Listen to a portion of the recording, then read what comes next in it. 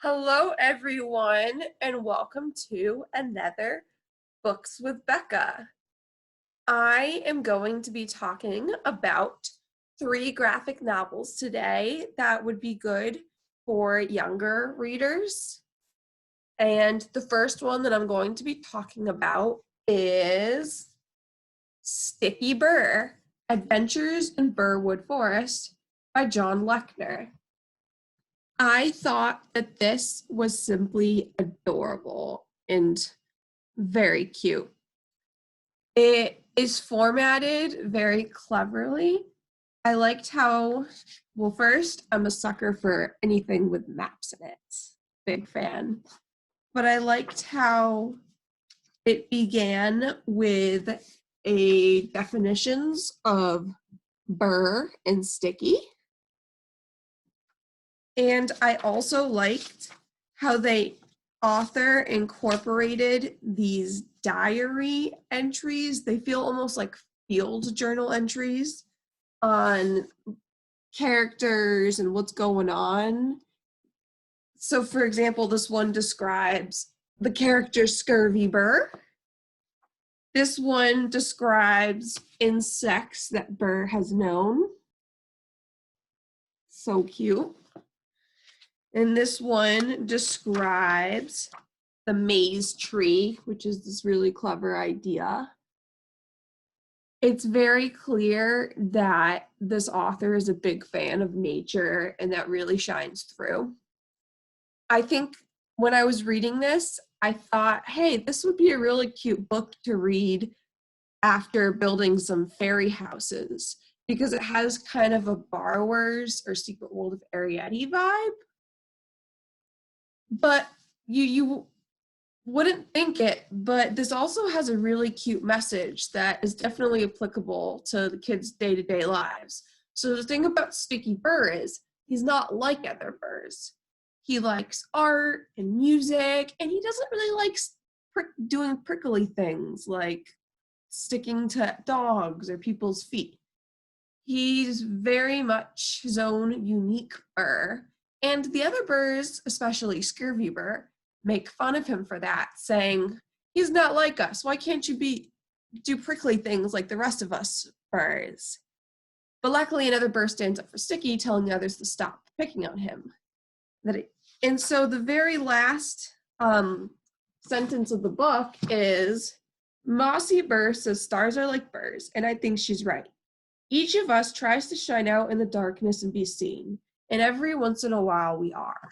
So it has really positive messages about being unique and being yourself and not forcing people to try to be like everybody else. So I definitely recommend this book for readers who are a bit younger, but still like that fantasy adventure vibe, because there is some fun adventures here. And that's our first book. So highly recommend it. I definitely want there to be more. And what's also cool actually is that there's back matter. So there's a song that he sings. So it provides the song and the notes.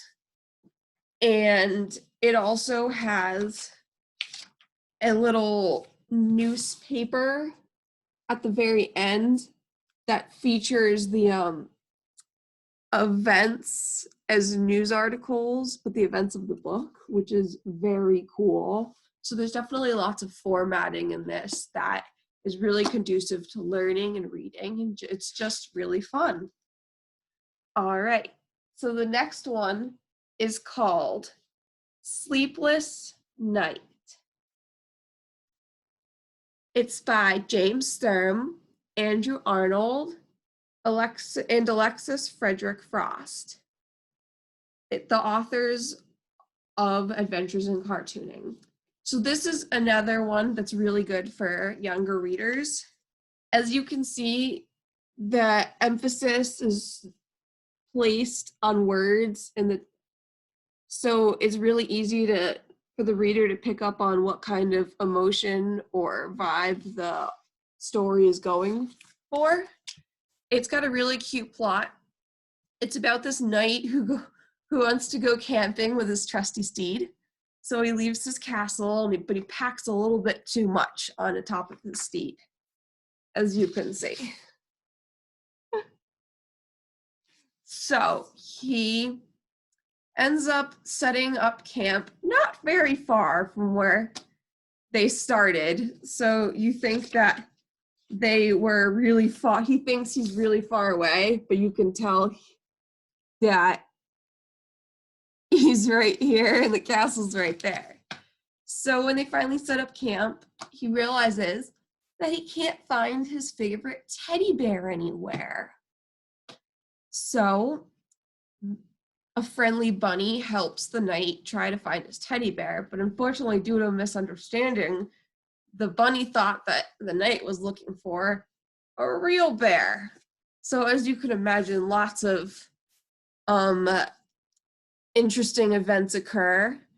I think that this story is so cute, and I like the main conflict because I think that it is something that younger kids can relate to, especially young kids who are getting into sleepovers for the first time. So they'll be able to feel for the knight and his struggle of not being able to sleep without his favorite teddy bear. And overall, I just really thought that this was a cute read, and I would definitely put it into the hands of readers who are just getting into graphic novels. Also, I like how both of these books featured forests with talking creatures, because I'm a big forest creature fan. And that is Sleepless Night. The third book is called Clues in the Attic, my first graphic novel. This is really good for younger readers because what I like about this is that it could almost be an introductory book for step readers. Because as you can see, while it does have the traditional panels, every page has just a few sentences in it. So once readers finish this, yes, they might be ready for another graphic novel, and that's great.